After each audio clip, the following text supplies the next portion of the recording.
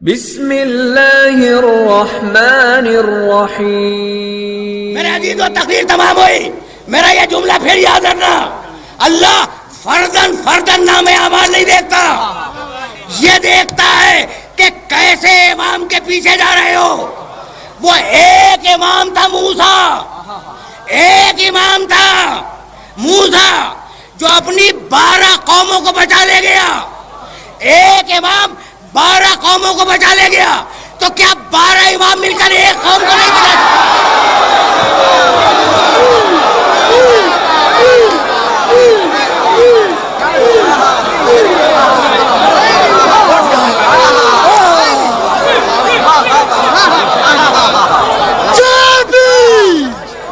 لگائے گا من کی مراد پائے گا. ارد گرد یا علی شاگرد مرتضی علی، آج کی مجلس کا سپر پاور نعرہ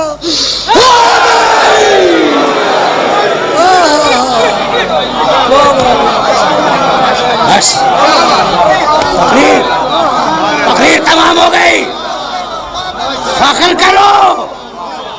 کرو اپنے اماموں پر، ناز کرو اپنے اماموں پر.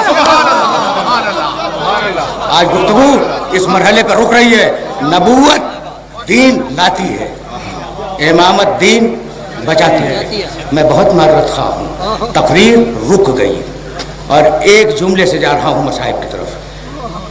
جب پیغمبر اکرم کے دین پہ وقت آیا تو کوئی اور نہیں اٹھا، وہ اٹھا جو اسی خاندان کا تھا.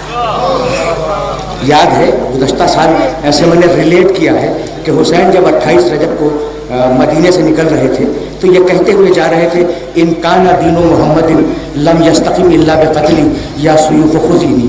اگر میرے نانا کا دین میرے قتل کے بغیر بچ نہیں سکتا تو تلواروں آؤ میرے گلے کو کھاؤ.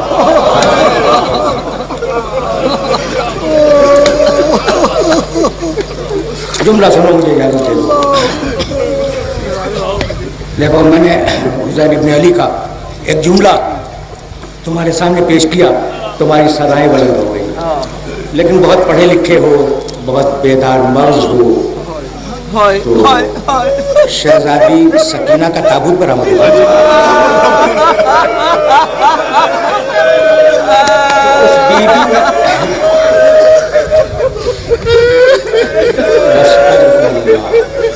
طویل مصائب نہیں ہے، طویل نہیں، فقط 2 جملے سن لو. اس بی بی تک جانے کے لیے 2 جملے.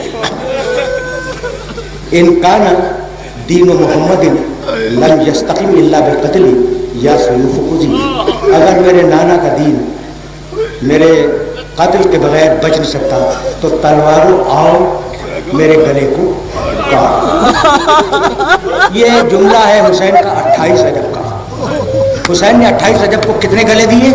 اپنا.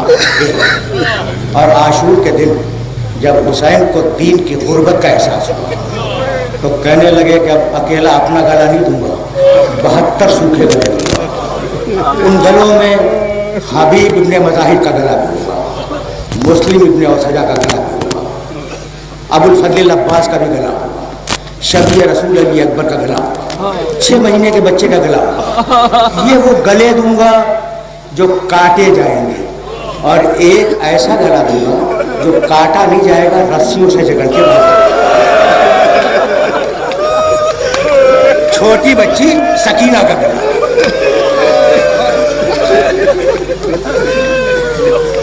اجرکم اللہ. اس بچی کو تم پہچانتے ہو، میرا جی چاہتا ہے. گزشتہ سال میں نے اکلیل المصائب کے حوالے سے ایک روایت بیان کی تھی، لیکن میں چاہتا ہوں کہ اس بچی کی پیدائش کا سبب سن لو، پھر میں آگے بڑھ جاؤں. سننے کے قابل ہے. تمہیں تو یاد ہے نا کہ یہ بچی حسین کے سینے پر سونے گی. میں نے تو مقتل کی کتابوں میں یہ پڑھا کہ یہ بچی اس وقت تک نہیں سوتی تھی جب تک حسین گود میں لے کر تھپکیاں نہ دیں اور اسے لوری نہ سنائے.